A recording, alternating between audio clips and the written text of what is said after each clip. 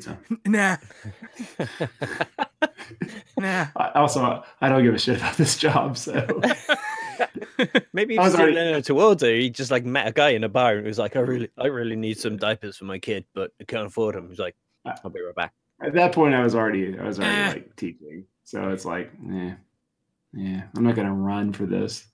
Yeah, but I did catch a kid stealing like some candy, and I've just rained on his parade. You're a hero. Regular fucking Paul Blart. Yeah, you're a hero. I like to yell at those children. You're a Paul Blart mall cop. All right. Sweet. Let's get this baby started here, huh? We had to record. Joking. You're just so funny. I'm sorry. I'm ready to talk about video games and whatnot. You're just the funniest man in the entire world. Oh, you devil. I really sometimes dislike you. Why? I give you nothing but compliments. I've never said an ill word toward you. It's true. You haven't. I'm not. It's not like. It's not because of anything you've said, Matt. It's just because of kind of who you are. That makes you feel any better. That makes you feel any better about it. Yeah. I mean, I'm not losing sleep and shit. I don't know. I don't know how you feel about stuff like that, but I mean, that's whatever. Yeah. Okay. All right. Girl Scout cookies came in today. Wonderful. Great. Yeah. You guys very happy to hear that. Yeah. Yeah. Girl Scout cookies are delicious, and they are for a good cause. So. Yeah. Yeah. Good stuff. All right. What the hell is today? The 29th? Oh no, it's the first. No, it's the 1st of March. It's St. David's Day, the Welsh Day. Wrong Olympics year. True. Hello, everybody. It's March 1st, 2018, and you're listening to the Talking Games podcast. I'm Bobby Shortle, and I'm here with Mr. Hugh Perry. Happy St. David's Day, everybody. And against all my best wishes, Matt Wood. Boy. Oh boy, the boys are back in town.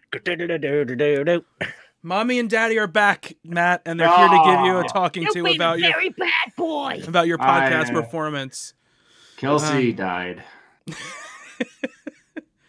Kelsey's alive. I'm sorry. She's alive. Yes. No. I forget that I'm on a actual public forum at the moment. Yeah. She's learning. Please don't say that Kelsey is dead. That's not a good look. Yeah. Could be the next Paul McCartney. Within a minute of the podcast starting. Yeah. So yeah, we're here to talk about video games, ostensibly, I guess. Yes. I can't say it's going to match the energy and wit and humor of last week's show, but we will try our damn best. Huh?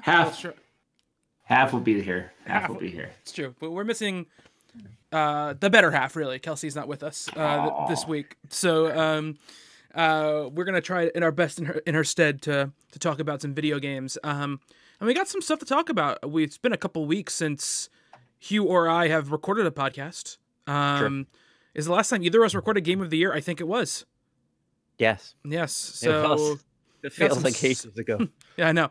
Got some stuff that I want to talk about, as does Hugh, and I guess Matt will also talk about some video games. Hell yes. And we've also got some news and stuff to talk about that we're excited about. I wish you all could be in our. I wish and I don't that you could all be in our group text chat that we have running. Oh no! Constantly. No! No! I don't want. No offense to you listeners, but no. Weird insults and. Yeah. And like you will after 7:00, Hugh just goes away.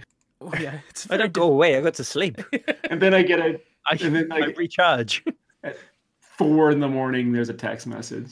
Well, to be fair, and I am the first person to get on Hugh for the random times for us that he text messages. But to be fair to Hugh, when Hugh wakes up, he probably has about 75 message indications from our one text chat. I woke up one morning and I had I picked my phone up and I just looked at my messaging app and it had like a red circle with 66 above it, and I was just like, "Fuck this! It's too early for." So, and I just started. I was sat eating my breakfast cereal, just scrolling through like all this nonsense. Yeah, it was a lot. Matt was very drunk. Let's just put it. Again.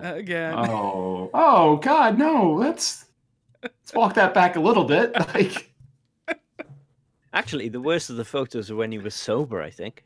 yeah, that actually is. Oh like yeah, the one where, on the lime. Yeah, the lime one. Yeah, that was not good. I think I might tweet that one. That was not a great look for that. No, Hugh, this is how you lose pictures on text messages. Matt is also the conversation killer as far as the comments and stuff that he makes. Oh, he's basically like trying to turn us into a bunch of ornithologists. I would love that. Oh my God. Oh, that would be wonderful. You know, ever since I got that book, it has rained every single day. I have not seen a bird in like a month. So, that's a great story. You guys are the worst. Not like Jason Statham birds, like, you know, winged beasts of the sky. Not when you said Jason Statham, I was thinking of Jason Bateman. No, they are two very, very different people, Matthew. They are very different. Anyway, let's talk about video games, guys. Let's talk about them video games and and the ones that we like and not so much the ones we don't like. We don't usually talk about the ones we don't like so much. Matt, I'm gonna have you go first. Okay. All right, so I'm gonna put 3 minutes on this here clock, and go. I don't want to begin by stating that Kelsey was right, but you just did. She was. She recommended last week iOS game called Florence, and it's not really a game. It really isn't. But it is a interesting interactive app. I don't really know what to call it. It's more or less a story that you kind of that takes advantage of the medium that it's in. And I mean, it is like a little romancy kind of, you know, visual novel sort of, but it works incredibly well on the phone, and it really is effective in some of the interface that it uses. So I would say that if you have $3 and you want to get really, really depressed, play that. It's a good time. Other than that, I played. I streamed again. I am a streamer on Twitch. Yeah. At Johnny Matt Wood, which I wasn't streaming on last week. Like Shroud. Like, sure. You don't know what that is either. No, I have no idea. I streamed Pretty Guardian Sailor Moon just on a whim. I was going to stream the X-Men arcade game, and I probably still will do that. But Pretty Guardian Sailor Moon is actually kind of fun. So I popped up the old MAME and played a little bit of that. And people watched and they talked and they interacted and we talked about anime. And everyone knows that I am the best to talk to about anime with because I know nothing about it. But that was fun. Moon knowledge far outstrips mine, my friend. I do have a introductory knowledge of Sailor Moon. I can tell you characters and basic information, but that's about it. And then I played Rock Band 3. Okay. Bear with me. I finally got everything I needed. I have a drum set, I have a guitar, I have a microphone. I found the keytar, but it was $40, and I was like, I don't need that. But the good news is the music store is still open for business. I thought when I went that it was going to be like, man, the license have expired on these songs years ago, and I was going to be disappointed. I wasn't disappointed. I bought song DLC for Rock Band. I bought Carly Rae Jepsen's "Call Me Maybe." That explains the tweet. I bought. You're out of time, by the way, Matt. You're out of time. But I'll let you continue. I'll let you continue. Anyway, go ahead. The good news is I also read that not only if I bought Rock Band 4 for my PlayStation 4, not only can I transfer all of those purchases and all of the songs in Rock Band 3 over to Rock Band 4, I can use all of my instruments on my PlayStation 4. You can. So guess what I'm going to be buying pretty soon? Rock Band 4. Oh, you better believe it. You better believe it. I may have a copy that I can send you, Matt. Would that work? I guess it's regional. It's region free. I bought it when I was in Manhattan, so it should do. Oh my goodness. Yeah. So yeah, save your pennies, my friend. I would not turn you down. Because I can't trade it in because they won't allow me to trade in overseas titles. Yeah, and they're also probably like, only an idiot wants this shit. Yeah. But let me tell you, he does. And you send me that, I send you my heart. That idiot is you. Okay. I'll just take your gratitude. Oh, okay. Oh, yeah. I don't.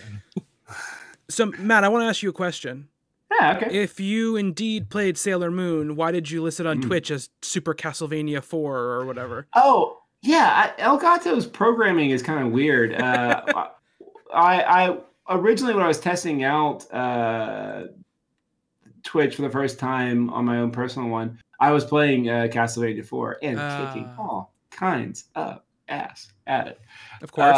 But then, yeah, of course. But then the next week, I played... Kirby, and like it would like go back and forth. Like I don't know what its deal is. I type in all the information, like, okay, I'm playing Pretty Guardian Sailor Moon, Elgato, but it still thinks like, no, you're not. You're playing Castlevania. Okay, I'm not. It's probably like, nah, there's no way. There's no way. 30-year-old grown-ass man is playing Pretty Guardian Sailor Moon. We'll tell, but I do find it humorous that someone might stumble upon it thinking, oh, sweet, Super Castlevania 4. And they're like, this isn't Super Castlevania. I changed it, Matt. I changed it. I changed it on Twitch, so it said the right thing. So the video's over there on the Twitch? Twitch.tv/talkinggames, yeah. Okay, well, cool, because I was pretty sure I was recording it. I had that backup, but yes, good. Yes. That's good to know. Good to know. Archive. I went through this with you, Matt.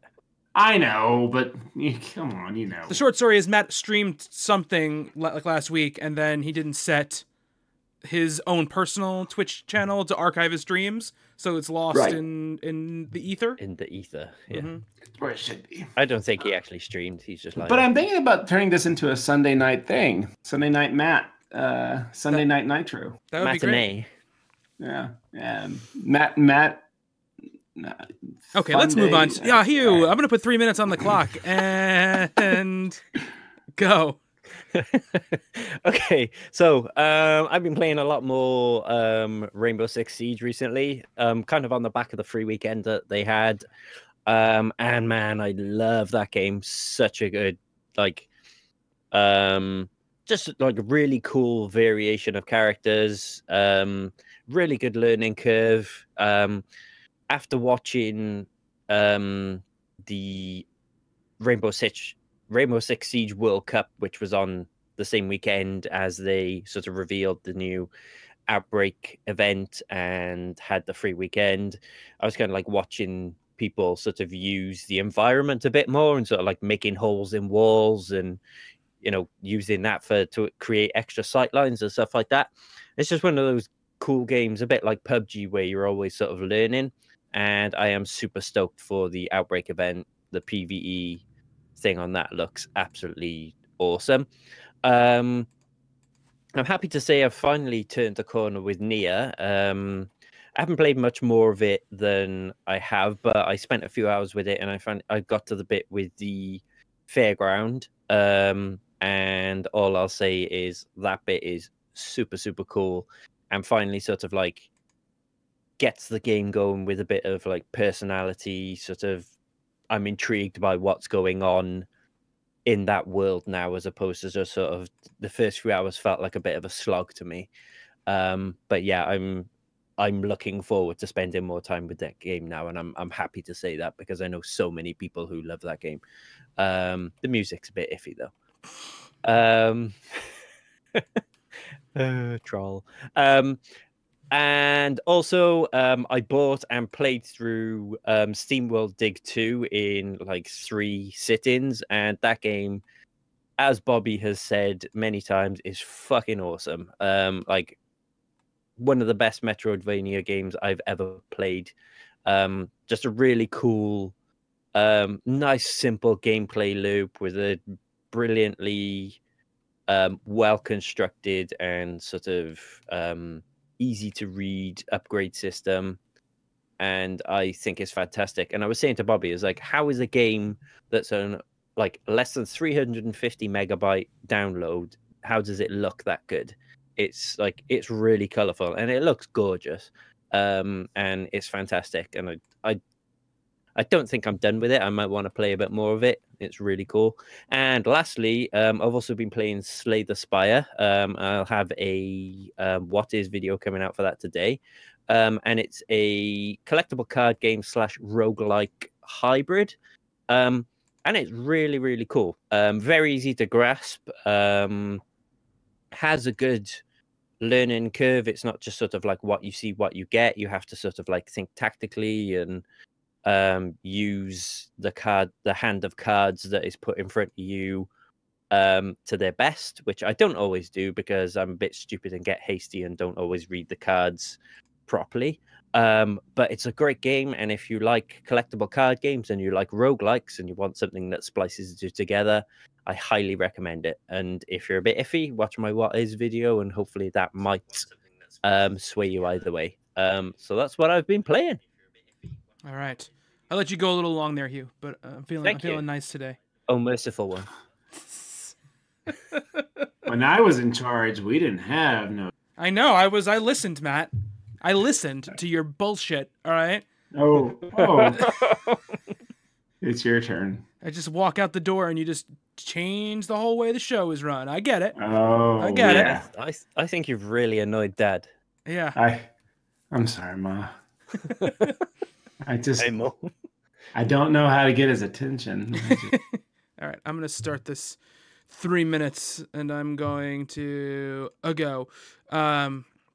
So a couple of things. I picked up Celeste. I know you guys have talked about it a few times on the show. I picked it up on Switch, and good.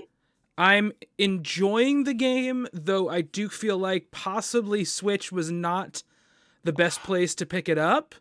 Why? Because while I love playing in the handheld mode, I feel like the analog sticks on the actual gamepad are sort of not up to snuff when it comes to pixel perfect platforming stuff. There's a lot of times where I felt like I'm hitting diagonal, but I'm going straight, and vice versa. And when I use the Pro controller, I don't have those problems nearly as much. So that's an issue for me. I love the way the game looks. I love the style of the game. I love like the interesting and unexpected level of story and narrative and character that are in the game, which was not something I really expected. I think it's a very good platformer. And what I like about it a lot is that a lot of the situations you get into are more puzzle situations than they are. They're difficult platforming scenarios, but they're more like, oh, how do I get through this? Like, what trick do I have to use? Which way do I have to go here and there? And I like that a lot. I will say, I think that it's a very good game that falls just short, I think, of being a great game, because I do feel like it's not as tight control-wise as you'd want something that's that difficult to be. And again, this might be the platform I'm playing it on, but I feel like also that's not really what it is. It falls short of like that Super Meat Boy type of absolute precision when it comes to the platforming. I am enjoying it though. I I played a little Rainbow Six Siege with you, not very much, so I can't speak too much of it, but I had a good time with it. I tried it way back when it first had released and had kind of not really been into it, but playing it this time around after playing some tactical shooters since then made me more, I think, open to the game, and I'm gonna keep playing it. I popped out my SNES Classic as well. And I've been watching Giant Bomb play through Contra Hardcore, so I was like, oh, let me play whatever Contra game is on this thing. And it's, I guess, Contra 3? Mm-hmm. The Alien Wars. That game is fucking hard. Yep. Sure is. Especially with one person, that game is very, very hard. So I played it for about 20 minutes and then stopped. And then I also started playing Super Castlevania 4. And that game is not that hard really at all. Compared especially to the previous Castlevania games. It allows you to do things that those games did not, which makes the game much easier, which is like, I can swing diagonally with the whip, and I can attack while I'm on the stairs, like stuff like that allows it to be a little bit easier. I like the whip and let it dangle. Yeah, it's like a weird animation on it. Yeah, it's a little bit strange. But I enjoy playing that. I made a save state. I'm gonna go back to that one. That's all the games. Is that your first time to play it? What? Is that your first time playing it? And since I was probably 7 years old or whatever. So yes. Wow, that's a good feeling. So yeah, I'm gonna go back and play through that. I think that's gonna be one of the games I actually play through on there. I beat the first boss, the skeleton joust man. He was pretty easy. I like those villains because when you think you've beaten them, they always have like one little hit left, and they're always like, "I'm dead." No, I'm not. That's pretty cool. And then lastly, this is not a game I've gotten or I've played, but I signed up for GameFly because I need to spend less money this year on video games. And there are games that I'm going to want to buy outright and own, or games that I know I'll play for a very long period of time that I'll want to have with me. But for games like, I just got Dragon Ball Fighters in the mail from them, and it's a game I want to try. Like, I want to try that. I want to try Metal Gear Survive, even though I'm not looking forward to really playing it really at all. So stuff like that, I don't want to spend the retail price on to play. So I signed up for GameFly. Sometimes it can be a little bit, tough with the availability of games, but for the games that I want it for, I'm not going to really be relying on them to be there, the day of release or whatever it is. So I'm okay with it. Like Far Cry 5 is another example of a game that I am curious to see what it is and how they go about those themes and that thing that I think they might totally botch. But I don't want to spend $60 on it because I've literally never played more than like 4 hours of a Far Cry game before I've been like, I'm good with this game. Yeah, I'm the same with those games. Even though on paper, I'm kind of like, I want to play this game. Like, this looks cool. And then I get in there and I'm just like, I don't really like doing this. So stuff like that, I want to try out in that way and not, and not spend the money on. So I'm going to see how it goes. See how I like it. But it's going to save me money regardless, because I'll definitely buy less games. So I'm trying that out. I'm going back to the rental thing, going back in time. Hashtag 1990s. There's nothing wrong with that. Do you have your Blockbuster card, though? Yeah, I do have my Blockbuster card, but I'd rather rent from the local video store. Do you really? No, I don't have my Blockbuster card. Oh, man. That was... Gotcha. I know. I threw mine away, too. And like a few years ago, I was like, it'd be only cool to me, but it would be kind of cool to still have that thing in my wallet. It would definitely not be cool. No, mildly interesting. Yes, I will give you mildly interesting, Matt, for sure.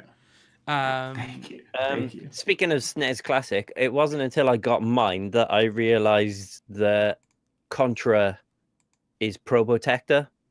Because when they were like, oh, there's this Contra game on the SNES Classic over here, and I was like, okay, I've never played any of those games. That's cool. And then I played it. I was like, this is fucking Probotector. Wait, what is that word you're saying? Probotector. It was like the European detector. I don't understand what you're saying. Probotector. Do you know why they went with like a weird, different thing? I don't know. It's for the same. Maybe it's for the same reason they called Teenage Mutant Hero Turtles instead of Ninja Turtles. I haven't got the foggiest idea. Am I wrong? Like, didn't they like palette or pixel switch them, and they're robots in the first? So yeah, the sprites are different. Yeah. It's weird. That is very, very weird. I don't know why. Maybe there was like a similar game in Europe or something. I don't know, but yeah, or like maybe because you could shoot robots and that's better than shooting humans or something. I don't know. Maybe you that could decency. Be a reason back then. Back that then, is strange though. I didn't know that. I didn't know they had different names. Yeah. That was why they called the Ninja Turtles the Hero Turtles here, because it sounded less combative, and it's just like, really, fuck's sake. That's really funny. Less combative.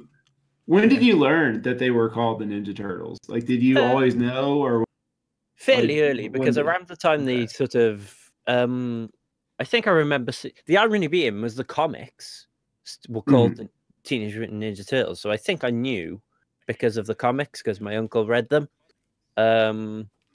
So yeah, I knew, but I was just like, what the hell is this? Is this again? I was like, is this the same thing, or is it just like a weird knockoff? Or there was a lot of weird knockoffs for those Ninja Turtles around that time. Yeah, there was. Yeah, definitely.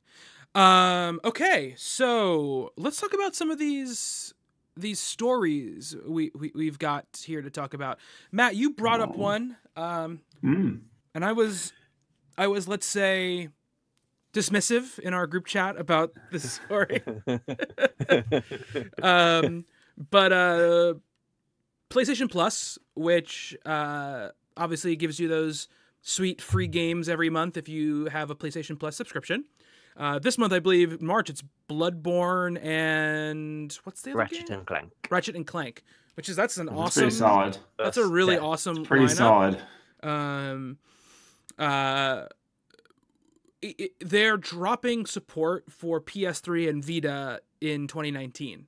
And we know now that as people are wondering what it's meant for numbers of games that will be out each month. If you're a PS4 subscriber, you're gonna get 2 PS4 games a month, which is the normal sort of thing. If you had those other systems, some of them happen to be actually playable on the PS4, you'd get more, but that 2 is the normal number. They're dropping PS3 and Vita though, and I had said, what's the big deal?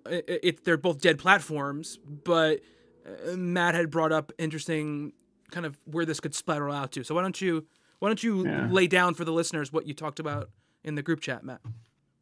Well, I always believe that would be the first move in this inevitable process of dropping network support for PlayStation 3.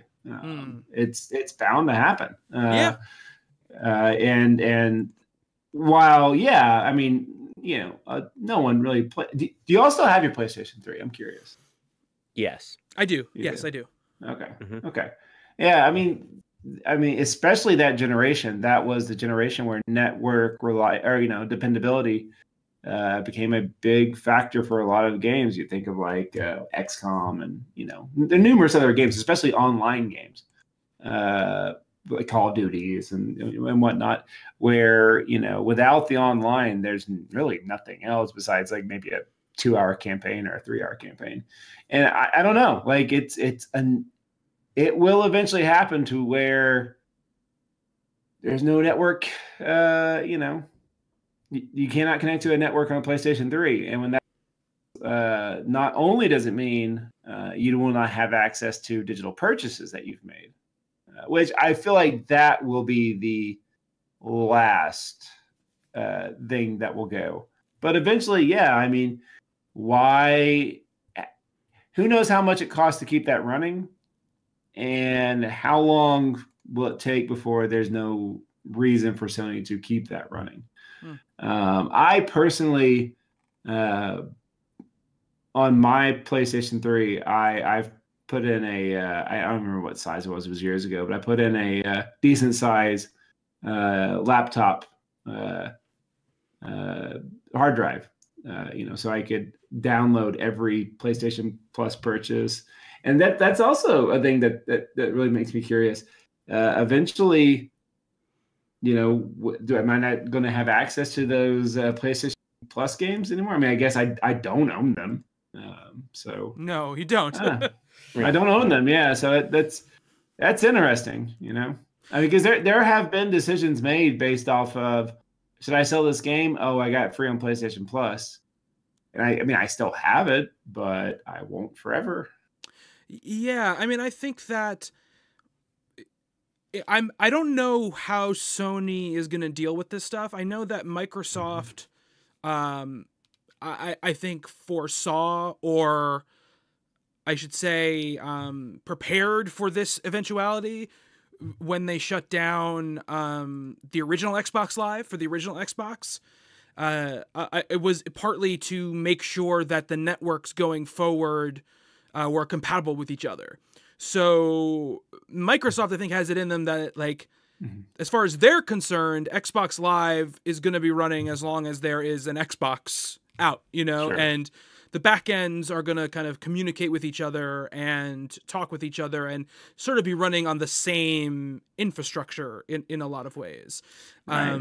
So, like, which explains like the whole backwards compatibility. Sure. Thing. Well, yeah, yes. They want the platform to be kind of all encompassing, but Sony, I know, has something like that going on because they have a lot of the same issues they had on the PS3, still on the PS4, not being able to change your name, etc., etc.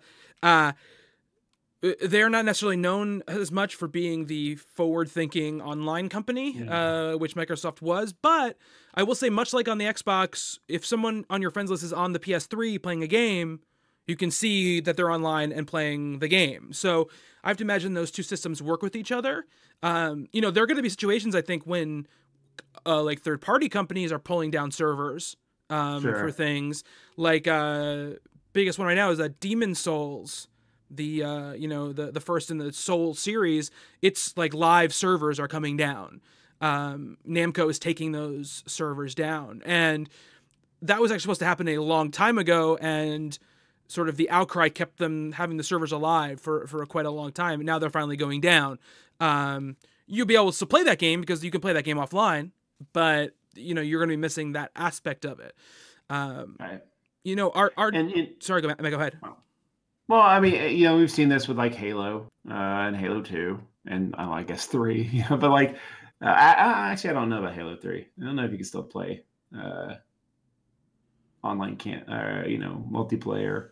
For Halo 3? Off of the 360. I doubt it. Yeah, you can. You totally can. Okay. Yeah, you absolutely can. Okay, but I know 2 and, well, I guess 1 did never have it. 1 didn't have online. 2 is gone because of they shut down Xbox Live. But it's actually back now if you have the Master Chief collection. Right, but video game snobs being video game snobs, that's the same thing because I want to play my original disc and that stuff. So I don't know. I think it's interesting because video game preservation is a big thing right now, and a lot of the online elements in video games is a big question mark of how do you really preserve that? Mm-hmm. Can you, can people, kind of create their own possible servers for some of these things? I think that kind of like a big thing with that is like you look at, I think there's actually like a fan-made Halo Online. Mm-hmm. So there is preservation in that respect, which kind of like, I guess, a similar sort of ethos to sort of emulating, I suppose. I mean, the only thing I can think is that maybe, the emulators will evolve and it'll be emulated versions of the games which you can play online, but then where does the server, where does the connectivity online come from? Would it, I guess it would have to be like peer-to-peer at all times, which causes it in itself its own problems. Or someone running a custom server. They just shut down those, EA and DICE just shut down those people who were running those like custom Battlefield servers, like for the old Battlefield games that don't have online anymore. And they were running like basically like you downloaded the client and then you just like injected this code into it and ran this kind of shell on top of it, and you could connect just like you were connecting to a multiplayer game that was still active and live.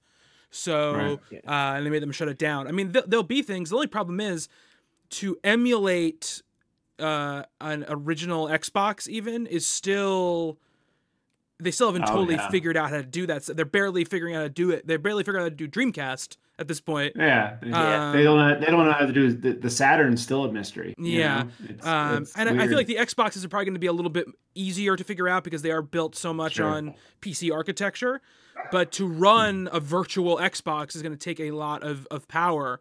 But again, it's like, this is the weird position that video companies put people in, is like, is that the answer? Is the answer like, I have to shadily download something in order to play this thing that maybe I own? I own Halo 2 and I can't play it online. Like, what's my recourse to play it online with people? I have to go through some sort of weird loop-de-loop, modded or emulated system in order to make it happen. And now I mean, it's been going on for a while, but now we're coming to the point where, like, what about games that are online only? Like, I mean, World of Warcraft is something that, of course, is probably going to run for almost in perpetuity. But like, what if World of Warcraft shut its servers down? Like, that game just doesn't exist anymore at that point. So, I mean, there's Phantasy Star Online, and there's people that are still playing it, but they, it's a Dreamcast game, but they still like some backwards ass ways of playing it. But that's the thing, right? Online game I ever played. What's that? Phantasy Star Online is the first online game I ever played. Yeah. I mean, and clearly you're not running a server off the Dreamcast anymore. Yeah, but I mean, from the company's point of view, I mean, I can understand it, because it's going to get to the point where there's just so much in the way of servers running at all times, and those things cost money to run. Hence why, we pay subscription fees for, games with gold and PlayStation Plus and so on and so forth. And, the PS3 is a 12-year-old console. The Vita is, 6 years old, and, is, a minority system, I guess. Yeah. And PlayStation rightly say, like, the PS4 is most likely to be could well end up being like the best-selling console of all time if it carries on selling like it is. Right. So it's catch-22. I mean, they can indefinitely keep supporting all these servers and all that infrastructure and being able to maintain it, because otherwise they're just going to end up sort of neck deep in all these games and servers that they need to support. It's a shame. I mean, in terms of like, if they ever shut down, say like you said, Matt, with what happens if they shut down your access on your PS3 to just like online capabilities entirely, and you can't go download any games.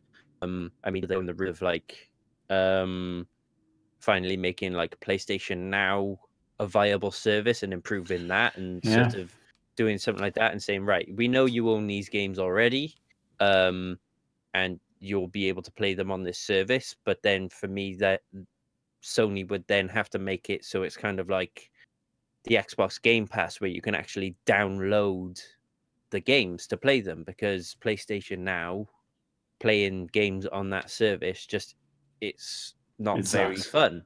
It's shit. So I mean, you could go around in circles talking about it for ages, really. I mean, it's just this sort of, I guess it's just a balancing act. Like, when do you finally go, okay, it's time to pull the plug? Right. And there's never going to be a good time, unfortunately. Right, but I don't think you pull the plug on the PSN in total. So I think that's the only way that you lose access to all of that stuff. And if it ever happened, they would be like, hey, we're going to shut down like the PSN store on the PS3 in a year. Download all your shit now, because you're not going to be able to go back and get it at any point, But what if something horrible happens? And then something horrible happens, man. They're just video games. But Castlevania Symphony of the Night is not just.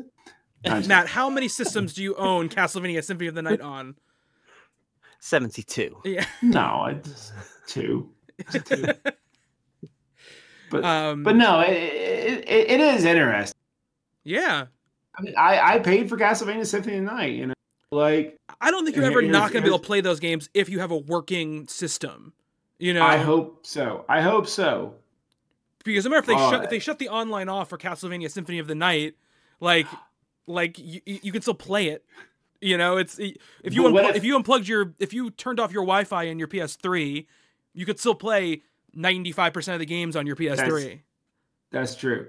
But a few years ago, Mara was doing her first Extra Life, and my PlayStation just wiped. Mm-hmm. Like it just fucked up, and I was able to re-download everything. That was fine. That was great. But I lost everything. Mm-hmm. And that was the only way I was able to like reset my PlayStation. It was either that or like, you know, it doesn't come on anymore. Mm-hmm. And like that's what kind of gets me kind of like, oh God, like, you know, like. Better back your shit up, Matt.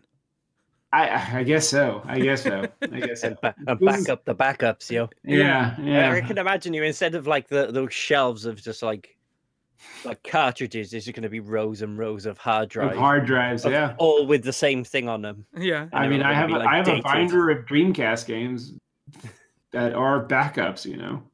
I mean, to a lesser extent, not to a lesser extent, but what happens when the backup batteries in your cartridges die, Matt?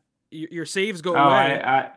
That's why I learned how to solder. But yes, you are right. Yeah. The saves do go away. It does suck. You know, there's a expiration date on everything to a certain point. I know. Yeah. A lot of people are dealing with right now like this strong fear of disk rot, like a bunch of like Sega CD games and early CD-ROM games. Like they're just slowly decomposing because time is a bastard. Yeah, but shit on a CD you can take off that pretty easily. Well, yeah, you can rip that info off of there pretty easily. I know, but I cannot get behind having any sort of nostalgia for playing something off of a CD or a DVD. Like there is no nostalgia in that for me. Like I understand like a physical cartridge that has like chips in it, but the other thing is just information written to the back of a disc. You can literally do that again, and it's the same exact thing. It's less romantic. Yes, I'll give you. But it's like the difference between like a record and like a CD. It's like it's real to me. Damn it. Yeah. It's a thing. It's definitely a thing, and it's gonna be fascinating to see what comes of it. You know, like where are we gonna be in a couple of years? But I don't see. The way I see it, and maybe they've talked about this, and people are going to be screaming at us for talking about this the way we are. I can't see Sony pulling down they had to shut down the PSN full stop, for that to happen. I know. Yeah, like if you go on like the app on the phone, and you click on like your purchases, like it says everything from PS4 to Vita to PS3, like in the same list. So like I mean that's true. Let's do this for example. I don't have a PSP. Okay. Good for you. Yeah, right. But let's say I did. Let's say I had Metal Gear Acid. Okay. That I bought digitally. Also, I think that's impossible. I don't think you could buy things digitally on the PSP. Could you not? I don't think so. I think so.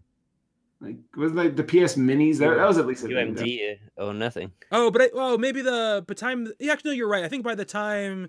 Yeah, I think the PSP ended, you could buy stuff on the store. I don't know if you could. I don't know. I'm speaking totally out of turn on this, but I don't. Maybe you could buy like Virtual Console style or something like that, or like maybe like the bigger games, retail games they didn't have on there. But there must have been, right, because by the end they had that PSP Go or whatever it was called that had no UMD drive on it, so there had to be an ability to download games. You couldn't watch your Family Guy on your PSP. I think so. But what I'm saying is, like, let's say I have a PSP. Like, this is something I would be able to look at if I owned this thing, but I don't, and I'm good. You're good. You don't need that copy of Metal Gear Acid 2? Nah. Which I think you can play all that stuff on Vita. I think you can play all your PSP stuff on Vita. I don't have a Vita either. The Vita was like a thing. I was like, oh, I'll get it eventually. I have one, Matt, and I've regretted it every day since I bought it. So really, I don't. Really? It's a great little system, but I just never play it. Like I never play it. I know. And the only thing I've ever download. Played... Sorry, go ahead, Matt. Go ahead. Oh no, that's fine. I want to hear what you played. I say the only thing I ever played on it were like cross play games that I got, like a indie game, like Rogue Legacy or something. I played that on my Vita, but never really bought anything specifically for it. That was always the incentive for the Vita, because like I've had PlayStation Plus for like 5 years now, you know, and so like I have like over 100 Vita games just waiting for me whenever I buy that thing. But yeah. What am I gonna do? Play Uncharted Legacy or whatever? Come on. I don't think it's called Legacy. But what is it? You know what I'm talking about. I know what you're Uncharted Portable. I know what you're talking about. Uncharted to go. The problem with Sony's mobile stuff was always this idea that they were like, it's just like you can play it on your TV. And I'm like, but that's not for this experience, which is going to be a hamstrung version of what I could play on my TV. I don't want. That's not what I want. Yeah. You know, if I want to play a game on my TV, I'll play a game on my TV. It's not until the Switch came out where it's like the same experience in both places that I like that idea was right for me. Did you guys ever buy a PlayStation TV?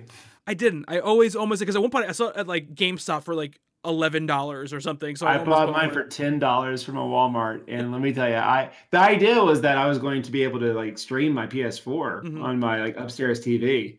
Oh my god, that runs like hot dog shit. That was it simply does not work. Playing it on the Vita, doing that on the Vita though actually does work. Oh sure, very well. Yeah, sure. Like the stream play stuff works great. Here's my thing. I don't have a Vita. Yeah. I almost got it because I really wanted to play Persona 4 Golden, but I didn't want to play it on the Vita because I didn't want to spend 100 hours looking at the little screen. But I figured that's probably not the right reason to buy one. So, can we end the discussion with this that we all agree on? PlayStation 3 is like a hell of a system, right? Hell yeah. Yeah, it was a good system. Yeah. For sure. Oh, I think it's one of the best. There was never a bone of contention, to be fair. The first like 2 years, it definitely was.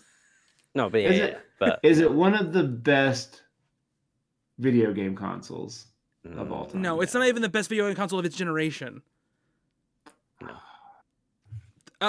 I'm sorry, like the 360 is for that generation was the platform to have for the most part. Its online worked way better. The PlayStation 3's online stuff was not great. There was no party chat on PlayStation 3. When I finally bought my PlayStation 3, the month after was that month that the network went down. Oh yeah, there was that too. I forgot about that. Yeah. I bought it, and I bought a year's pass for like MLB TV, and I was like, "This is gonna be great. This is gonna be so much fun." None of that shit worked. That was like a month, right? That it was out. Is that what it was? Yeah. I got to enjoy my PlayStation 3 for like a week and a half, and then those were dark days. I remember because that month it was out, both Portal 2 and MK9 came out like on the same day, and both of them had like integrate with online stuff, because you could sign into Steam on your PlayStation 3 with Portal 2. It was a very weird thing, and you got a free copy of Portal 2 on the PC if you had the PS3 version of the game. But yeah, PS3 is a very good system. I'm not putting any shade on the PS3, but I would rank it in the past 10 years. Second in that generation, behind the Xbox 360. No Wii U. Okay, it's no Wii U. It's probably the fourth best PlayStation console. Third best. It's better than the PS1. PlayStation 3 is better than the PS1. Yeah. But I will give Hugh this. I do know the PlayStation 1 just kicked all kinds of ass over there. It did. It was a big deal over there. It kicked all kind of ass over here too. It did. But I think. I'm pretty sure. The UK was a pretty It like, was the crazy, yeah. It was the Super Nintendo like beta, like that was what like finally sort of got people transitioning away from Nintendo over here. I think. Yeah, it's the same way it was here though. That's the same thing it was here. True. But there were some barren years for Nintendo. But yeah, I mean, it's probably a lot of it's hindsight, but I think even back then, when I was playing like PS1 and N64 games, I was like, I don't know about these games. They don't look so good. Like that's how I always felt. Right. I feel like, like I'm moving the best that I can. Yeah. I always feel like in all of those games, I'm like, if I rub up against just right, I'll go through it. Yeah. Well, that's why when you watch all those speed runs of like N64 games, they're always like, oh, I jumped through this mountain and I ended up at the end of the game. Like it, because it all felt like it was. I made Mario to do 75 butt bounces backwards. Yeah, exactly. Because that's somehow a thing you can do. I mean, amazing games came out in that era, but they're definitely the hardest to go back to of any games for me. That initial 3D era is definitely the toughest, and then it gets easier. It's funny to go back to like the PS2 original Xbox days, because now basically if a shooter comes out or a platformer comes out or like a 3D action game comes out, there'll be slight variations in their control schemes, but generally they're going to have like the same basic controls. Like, you know, if you go from one to the other, like you'll have to relearn like maybe what like grab is on this one or whatever, but you pretty much know, like if you're going to shoot a gun, you know exactly how to do it. And if you go back to the PS2 days of shooters, it's all over the fucking place. It's like, this game wants you to hold square. This game wants you to like double tap this thing. Like even you go back to like original Halo and you're throwing grenades with the left trigger. It's like, it's crazy town. You have to like zoom in by clicking in the stick. It's nuts. Yeah. I played, not too long ago, I mean a year maybe, but I played Metal Gear Solid 4 on the PS3. And it's just like you expect like that's a PlayStation 3. It's not that bad, but it's like, oh my god, like they did not know what to do with that controller. It's like, oh yeah, this thing has motion in it. Oh yeah, weird. I tend to find like Konami games in general are always a little bit weird, right, like control scheme wise.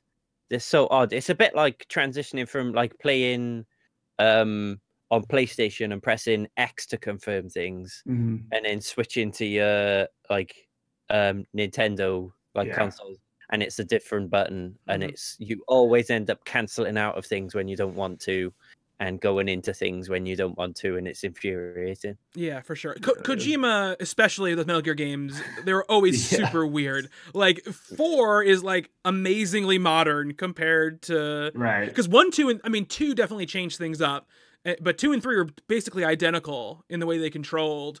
And 4 kind of takes it a little bit closer to modern, but still, when 4 came out, I'm pretty sure pre Call of Duty 4. Right, so I would think so. Yeah. So Call of Duty 4 is really where people started going like, oh, maybe we should codify control schemes between games. Like maybe we should go for what the really popular game does, because then people have easier time playing our game.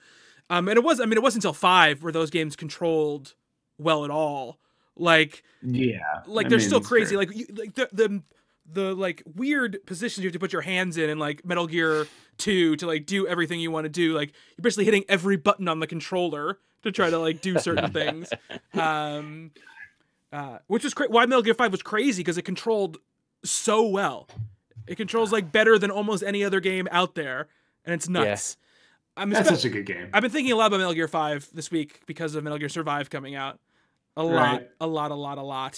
And you know just how easy it would be to just like fall right back into that game. Oh, absolutely. I've thought about it. I thought about doing a stream with it, because I'm like, let's put a real Metal Gear game front and center again.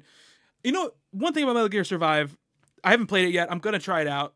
But that pisses me off the most is that by calling it Metal Gear Survive, it's MGS, which really bothers me. Like, it's just like another FU from Konami, like, to Kojima. It's real bullshit. Yeah.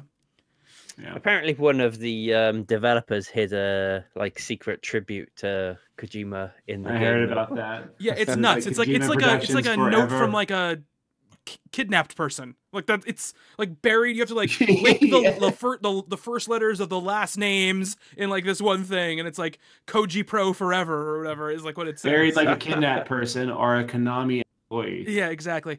If they catch me doing this, they'll make me go work at the health club, which is apparently what they do. Change my email to another 50-letter. Oh yeah. Not. Those are some weird stories, man, that come out of that place. Yeah. Some really it's weird really stories. sad. It's really sad. It's true. There's people making your beloved soccer games, Hugh. Yeah. It's the only thing they make is soccer. They're just like, we make soccer and this That's weird. That's what all Konami do these days. This weird broke ass Metal Gear game. Decent UI in those games. Pez, the back end of Pez just looks like shit. Like that game plays really well, but goddamn, the in-game menus are awful. Because I don't feel like they pay anybody to do anything anymore. I feel like they don't have any like artists like on hand to do that kind of stuff. Like they're very much like, let's just get it out the door and make as much money as possible. It really does make me sad, Konami. Yeah. Just like how little like thank God. Like I'm really surprised that they're cool with like putting Castlevania and the Super Nintendo Classic, because Konami just as easily could have been like, nah. Yeah. Just cause, like, we're not interested in the no work that we would have to do for that. Yeah. If it was anybody else but Nintendo asking them, I bet you it would be a no. Yeah. I'm really curious how much Konami is actually getting out of that. Like, I wonder, because they're getting theirs. The thing, I just want Konami to sell off their video game stuff. Right? Wouldn't like, just sell it off. Just be like, and the only reason they keep it is because they want to put it in their fucking pachinko machines. So yeah. Well, like there will never be a real Castlevania. That's just never. That's done. It's over. That's never going to be a thing anymore. You'll get a Netflix show.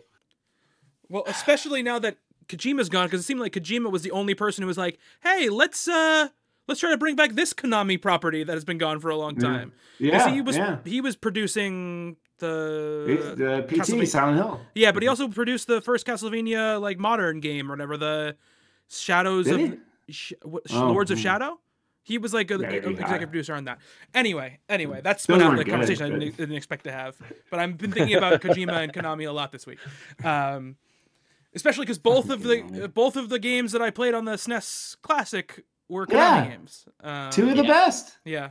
When you turn those games on, they get that sound. Yeah. Oh, it's a good one. That's good. It's a good one. That's good. Sorry. Capcom had a good one too. Yes, but please, Konami, sell your stuff. I'm interested. How much? We'll club together. We'll make it happen. We'll start a GoFundMe. You can have Konami. For it.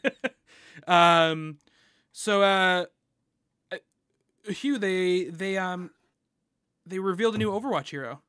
They did. Earlier today. She is Brigitte Lindholm, who just so happens to be daughter of Torbjorn. And she looks pretty cool. I haven't had a chance to have a go with her yet. She's on the PTR. So if you're a PC Overwatch player, then you can play her right now. And she looks quite interesting. Kind of a mix of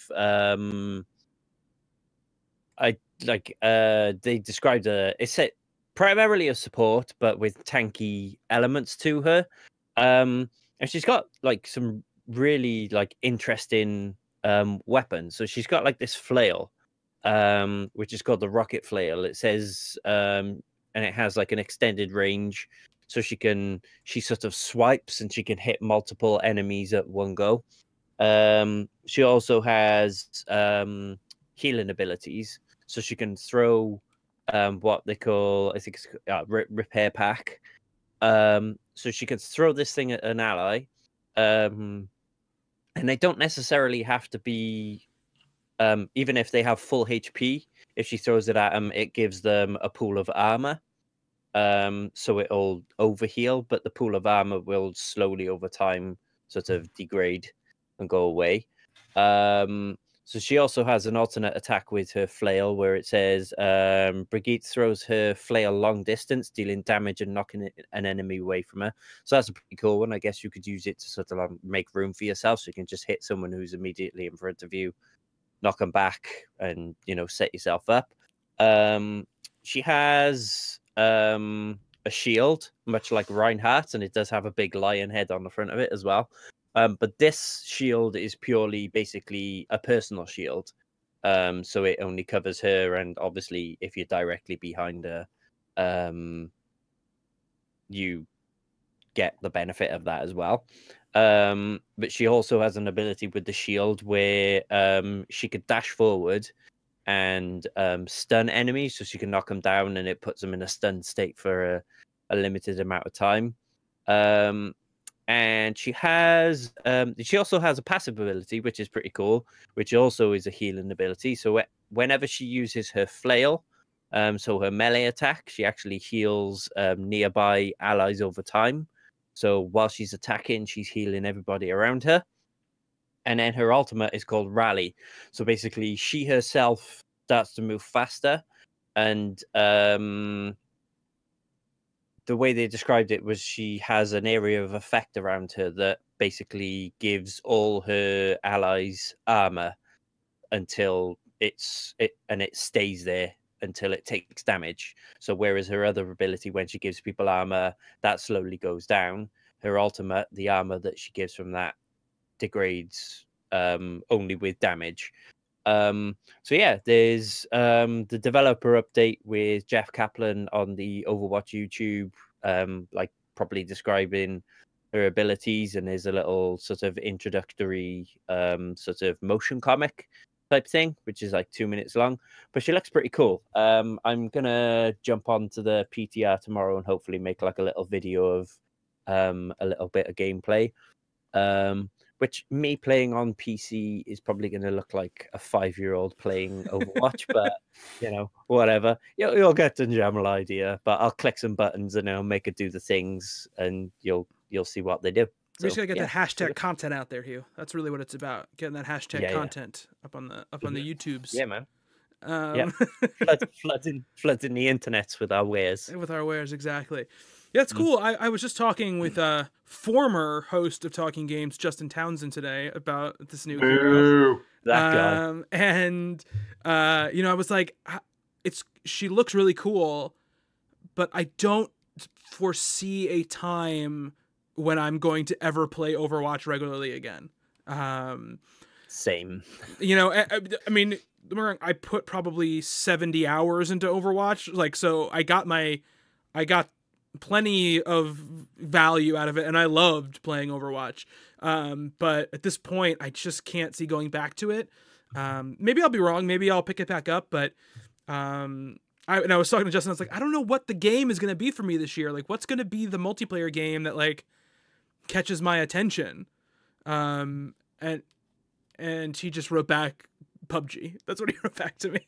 PUBG. I was like, no, a new game, Justin, a new game. Yeah. But yeah, it's cool. I mean, it's cool to keep supporting it. What, Matt? You got that Fortnite? I got that Fortnite. You got Mr. that Wood. Fortnite? I got that Fortnite, Mr. Wood. Baby grounds. It's free. It's free. It's free. It's free. It's free on everything. It's my day every day. But yeah, I mean, the one thing I got, like, when I watched a little bit of a gameplay video with her, and I think now the interesting thing now with Overwatch, when they introduce new heroes, is whether they actually manage to work themselves into the meta as far as the Overwatch League goes. And I think she might actually have the propensity to do that. Like, there's some characters which people just do not pick when you're watching Overwatch League. Like, nobody ever plays as Symmetra, and like there's a couple of characters like nobody ever plays as Torbjorn.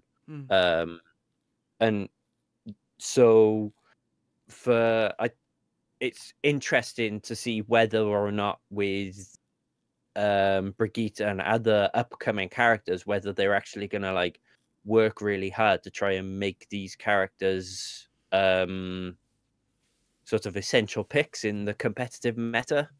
And like I said, especially with the Overwatch League, because I think there's there's certain characters which you'll see on certain maps you can guarantee that both teams will pretty much pick the same 5 or 6 characters. Like they will have like the same team builds. So it'll be interesting to see. I guess she won't be available in Overwatch League until she's like on the live servers, I guess, which will probably be, usually their turnaround is 2 or 3 weeks. Yeah. But yeah, it'd be interesting to see if she can work her way into that deep into the meta. Yeah. I mean, the thing I like about her is, I think I read this right, where she can restore other people's health by damaging opponents. Yes. That is a very cool thing. Like that's Both like a... Sorry, what'd you say? Both of her melee attacks, basically, as she's like dealing damage with her melee attacks, she's healing at the same time. That's awesome. Like that's an awesome idea. Like because that really allows you to have a character where you can be helping your team and healing and playing support while still being offensive. And in fact, you need to be, which I think is that's a really cool thing. And the meta of the game fascinates me, but what I like about what seems Overwatch is doing, which I like, is that they're not slaves to the idea of the meta. You know, they're not necessarily creating all characters to just fit into this like ideal version of a character that the professionals want, because most people who play Overwatch are not professionals, and most of them are going to want to play. You know, people who are starting out are going to want to play people like Torbjorn, where they can like, get some positive reinforcement from and not having to be great at shooting. You know, so that's what the game has always been best at doing. So that's really cool. The other thing we have on the news list is they are adding a warning to boxes with games with in-game purchases in it. The SRB is doing this in an attempt to not have the government interfere with the games industry after the senator from Hawaii, was it, sent that letter to them being like, yo, get your shit together or we're going to have to do something about it. He seemed to beat the drum loudest. Yeah. So they put this warning on the boxes, and I think that it's like if they think this is really going to be an answer, it's not. It's just not. No.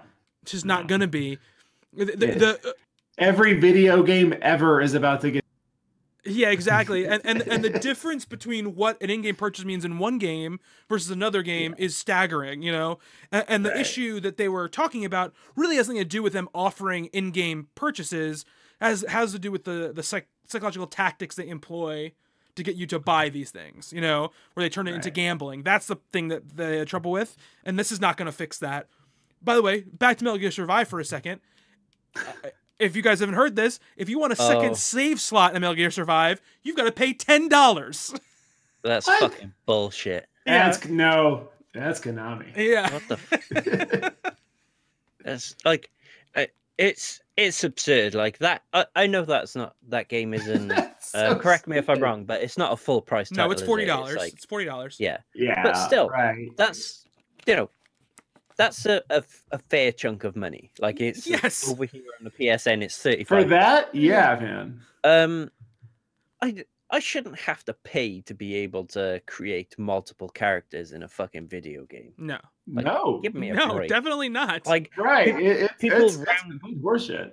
People rounded on like Battlefront 2 for like what they were to. As far as I'm concerned, like that smells just as bad as far as bullshit goes. Right. But at least like Battlefront had the decency to go, okay, we fucked up, and just like pulled the plug on it. But $10 just to create a new character, that's absurd. Like it's cheeky enough anyway, but going $10, like that's fucking lunacy. I should say, I guess you can do it with in-game currency, but it's like it's like the special game currency that you don't get a lot of. It's like you get like, I guess like 10 a day for logging in or something like that, I think. But that's still like 100 days you'd have to play the game, logging in every day. Like they're just trying to make fucking Metal Gear into Candy Crush. In their wildest dreams, Hugh, that's exactly what it would be. Metal Gear into a pachinko machine? Yeah. Another thing, they remastered all of the Snake Eater cutscenes for those pachinko machines, like redid them in like the Fox engine, like the Metal Gear 5 engine. It looks really good. It looks amazing. They're only in the fucking pachinko machine. Right. Yeah. It might be like, oh, let's take this amazing game. I love Snake Eater. Yeah, it's great. And let's make it look fantastic. But you gotta pay. And also you're not playing it. Yeah. I honestly, like, Konami doesn't have again, we're back on Konami, but they don't even do that much work.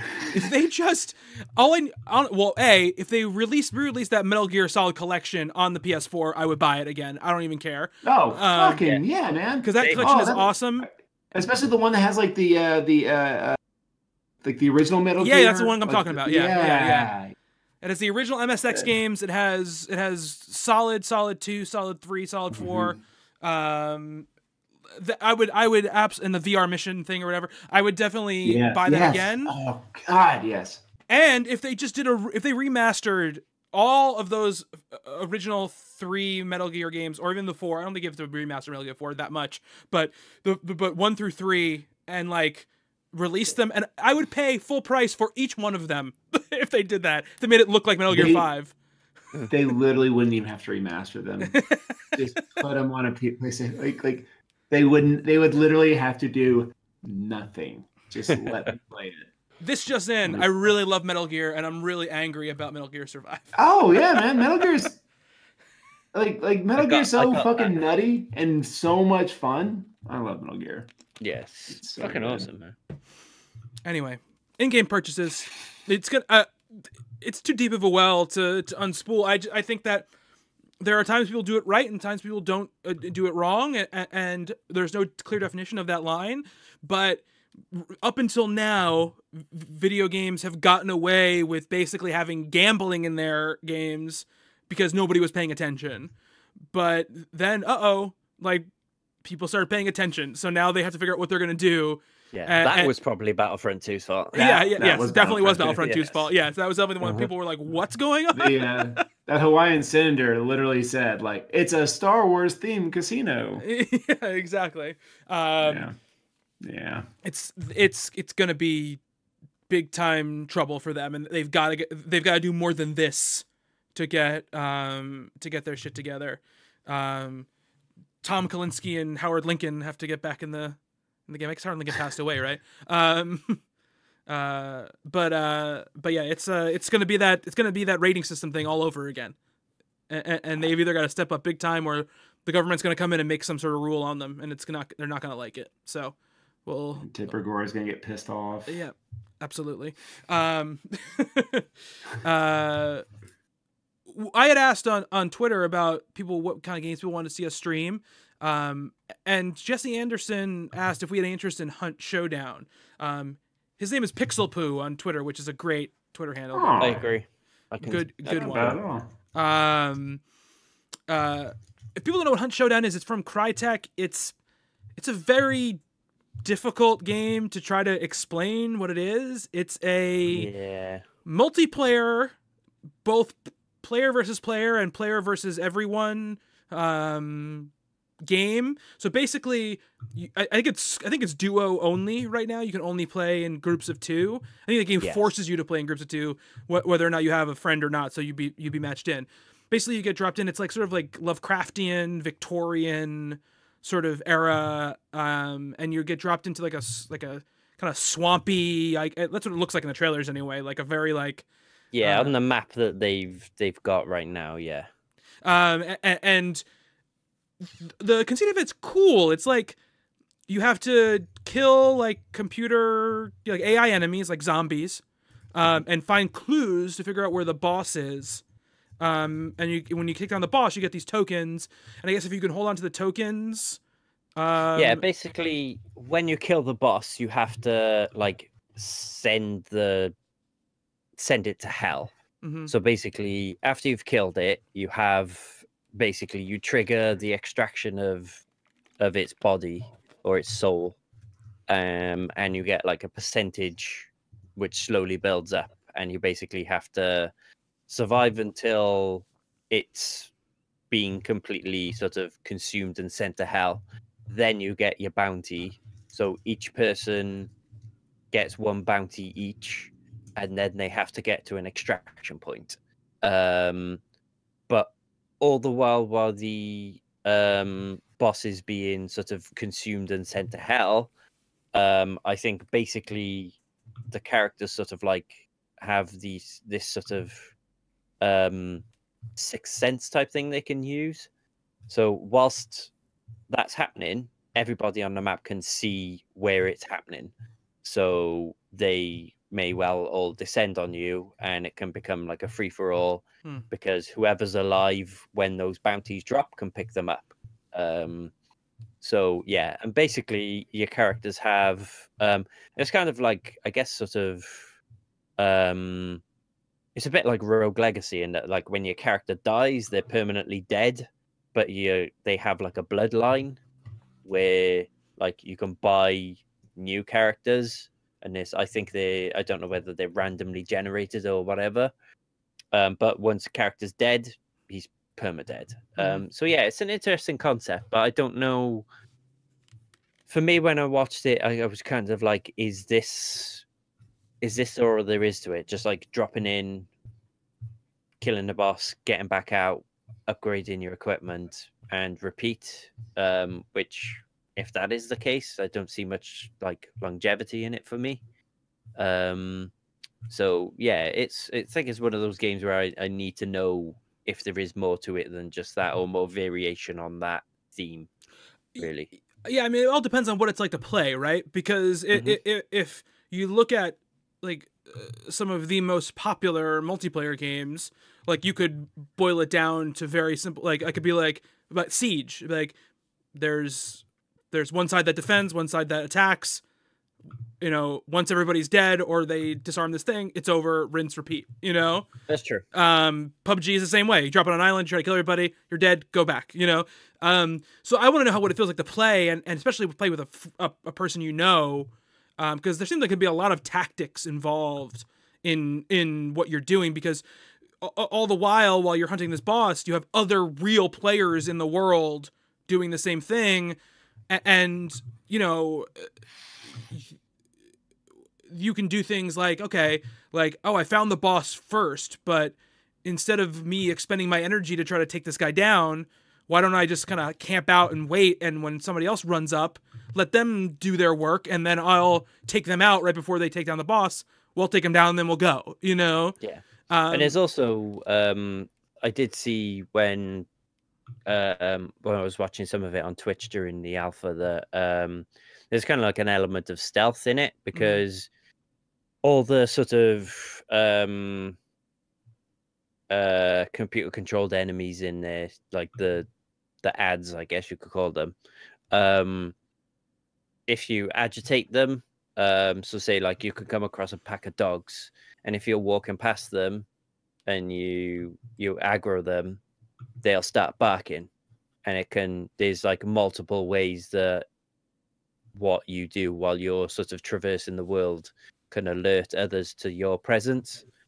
So there is sort of like that, like, do you risk killing the enemies that are around you, or do you try and sneak past them to try and sort of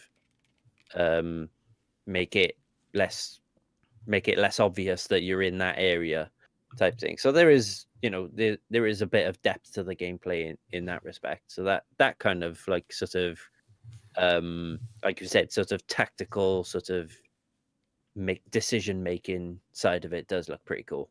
Yeah, it's in very, very early access. Like you said, like the alpha test was right before they launched in early access, and Yes. and they are, I mean, they're very open about it, very forward about it. They're constantly updating the game, taking out the servers, putting the servers back up, addressing issues. So a kind of buyer beware, I think, going to that. And again, I haven't got a chance to play it. I do want to play it. I'm not in a place right now where I'm going to throw down $30 to try it out, but I think it'll definitely be a game I'm going to watch and try out at some point. So yeah, thanks Jesse for that question. If you guys want to send us a question, at @talking_games on Twitter, or maybe games@talkingcomicbooks.com, you can send an email over to there. You can check out our videos over at youtube.com/talkinggamesvideos, or our live streams at twitch.tv/talkinggames, where sometimes Matt is streaming random games, and you get to see that. You better believe it, because he does have a camera on him when he's streaming. So you better believe it. Well, he sat there on his couch, sipping a beer. Yeah. I was definitely doing that. Yeah. so much so that on alert, I got to the last level. It said last level, and I got tired, and I was like, "I think we got it. It's been an hour." You almost beat the game. Now you couldn't beat the game. I got real sleepy. I guess I'm not cool and in the know, but there's a new social network called Vero, and we have a page up on there. Yep. I think I follow that, don't I? I'm on the Vero. I don't know. I'm on Vero, and every time I try to post anything, it's given me an error message and told me I couldn't post it. It's temperamental to say the least, and I've also been seeing a lot of questionable things about who runs it. Oh, so, yeah. I just read a story about them today. They own like a manufacturing plant or something and didn't pay their workers for like the last 9 months they were open or something. Glad they got my email. Yeah. So we may or may not continue that page. Yeah. to be fair, if we were closing down all our social network profiles because of the companies that run them, we wouldn't have any social network profiles. True that. So, yeah. We're also a humble partner, a proud IGN brand. But we're we're a humble partner. And you can find the links in the show post on the website. Also, everybody too, Hugh's been doing a lot of work on this. We're going to be launching our own website that's just the video game stuff. Surprise! We got the podcast. We're not gonna wait till we have all the content backloaded on there to launch it, but we're gonna make sure we have all sort of like the most recent months of stuff on there first before we launch it, and then we'll keep adding stuff as we go along. But we'll be kind of launching that soon. So just keep an eye out for that. If you want to get in touch with me personally, I'm at Bobby Shortle on Twitter. Hugh. I am at H_Paz. Matt. I am at Johnny Matt Wood on both Twitter and Instagram. Oh boy. Matt, is Ben Assembled on hiatus right now? What's going on? It's on hiatus. In mid-March, releasing episode. Okay. So we there will be Ben Disassembled episodes sporadically. Okay. While we're on break. Okay. Summer vacay. And part 1 of the Adventure Season 1 finale is out right now. Part 2 will be out probably in a week. Depends how long it takes Justin to work his magic. It's Justin Riley, not Justin Townsend. But that'll be out, and then we will. Say Justin Magic, really? No. But then there'll be an out of character episode with the gang, just chit chatting about how we play the game and all that kind of stuff. And then Mr. Brian Verderosa, Henley Littlepine himself, will be taking over as Dungeon Master. We already actually recorded our first session, and it went very, very well. So I look forward to you guys hearing that. But that's going to do it for the Talking Games podcast for this week. Thank you, Hugh. Thank you, Matt. Thank you, Bobby. And thank you to all of you who are listening. Until next time, be good to one another. Oh, you. I love how you have to do like this Mr. Smooth act at the end of the show every week.